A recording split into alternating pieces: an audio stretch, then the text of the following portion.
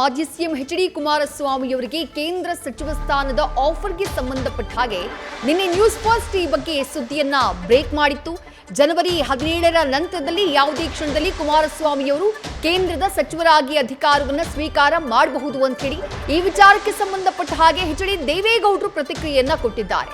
ಮೋದಿ ಮನಸ್ಸಲ್ಲಿ ಏನಿದೆ ಅಂತ ಯಾರಿಗೂ ಗೊತ್ತಿಲ್ಲ, ಮೋದಿಯವರ ಜೊತೆಯಲ್ಲಿ ಇರುವವರಿಗೂ ಗೊತ್ತಿರಲ್ಲ ಅಂತ ಹೇಳಿ ಬೆಂಗಳೂರಿನಲ್ಲಿ ಮಾಜಿ ಪ್ರಧಾನಿ ಎಚ್.ಡಿ. ದೇವೇಗೌಡ ರಿಯಾಕ್ಟ್ ಮಾಡಿದ್ದಾರೆ. ಆ ವಿಷಯದ ಬಗ್ಗೆ ನಾನು ಈಗೇನು ಹೇಳುವ ಶಕ್ತಿ ಇಲ್ಲ. ನನ್ನ ಮುಂದೆ ಯಾವುದೂ ಚರ್ಚೆ ಆಗಿಲ್ಲ. ಬಹುಶಃ ಮೋದಿಯವ್ರ ಮನಸ್ಸಲ್ಲಿ ಏನಿದೆಯೋ ಅವರು ತಮ್ಮ ಮನಸ್ಸಲ್ಲಿರೋದನ್ನ ಬಿಟ್ಕೊಡೋದಿಲ್ಲ.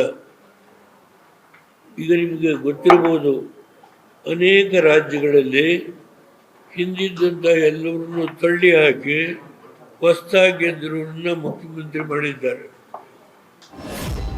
ಮೋದಿಯವರ ಅವರ ಆ್ಯಕ್ಷನ್ ಪ್ಲ್ಯಾನು ಅವರ ಕೊಲೀಗ್ಸ್ಗೂ ಗೊತ್ತಾಗೋದಿಲ್ಲ.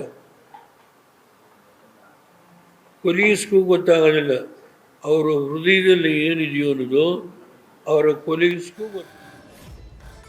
ನಿನ್ನೆಯಷ್ಟೇ ನ್ಯೂಸ್ ಫಸ್ಟ್ ಒಂದು ವರದಿಯನ್ನ ಬ್ರೇಕ್ ಮಾಡಿತ್ತು. ಎಚ್.ಡಿ. ಕುಮಾರಸ್ವಾಮಿಯವರನ್ನ ಕೇಂದ್ರದಲ್ಲಿ ಸಚಿವರನ್ನಾಗಿ ಮಾಡುವಂತಹ ಸಾಧ್ಯತೆ ಇದೆ. ಇದೇ ಜನವರಿ ತಿಂಗಳಲ್ಲಿ ಇನ್ನೇನು ಕೆಲವೇ ದಿನಗಳಲ್ಲಿ ಅವರಿಗೆ ಮಂತ್ರಿ ಸ್ಥಾನ ಸಿಗುವಂತಹ ಸಾಧ್ಯತೆ ಇದೆ ಅಂತ ಹೇಳಿ. ಯಾಕಂದ್ರೆ ಲೋಕಸಭಾ ಚುನಾವಣೆಯಲ್ಲಿ ಎರಡೂ ಪಕ್ಷಗಳು ಬಿಜೆಪಿ ಹಾಗೆ ಜೆಡಿಎಸ್ ಜೊತೆಯಾಗಿ ಮೈತ್ರಿ ಮಾಡ್ಕೊಂಡು ಅಖಾಡಕ್ಕಿಳಿಯೋಕೆ ತೀರ್ಮಾನವನ್ನ ಮಾಡಿರೋದು. ಆ ನಿಟ್ಟಿನಲ್ಲಿ ಲೆಕ್ಕಾಚಾರವನ್ನ ಹಾಕಿ ಹೈಕಮಾಂಡ್ ನಾಯಕರು, ಬಿಜೆಪಿ ಹೈಕಮಾಂಡ್ ನಾಯಕರು ಎಚ್.ಡಿ. ಕುಮಾರಸ್ವಾಮಿಯವರನ್ನ ಕೇಂದ್ರದಲ್ಲಿ ಮಂತ್ರಿ ಮಾಡ್ತಾರೆ, ಕೃಷಿ ಖಾತೆಯನ್ನೇ ಕೊಡುವಂತಹ ಚಾನ್ಸಸ್ ಇದೆ ಅನ್ನುವಂತಹ ಸುದ್ದಿಯನ್ನ ಬ್ರೇಕ್ ಮಾಡಿತ್ತು. ಅದಕ್ಕೆ ಸಂಬಂಧಪಟ್ಟ ಹಾಗೆ ಎಚ್.ಡಿ. ದೇವೇಗೌಡರು ಈ ರೀತಿಯಾಗಿ ಪ್ರತಿಕ್ರಿಯಿಸಿದ್ದಾರೆ.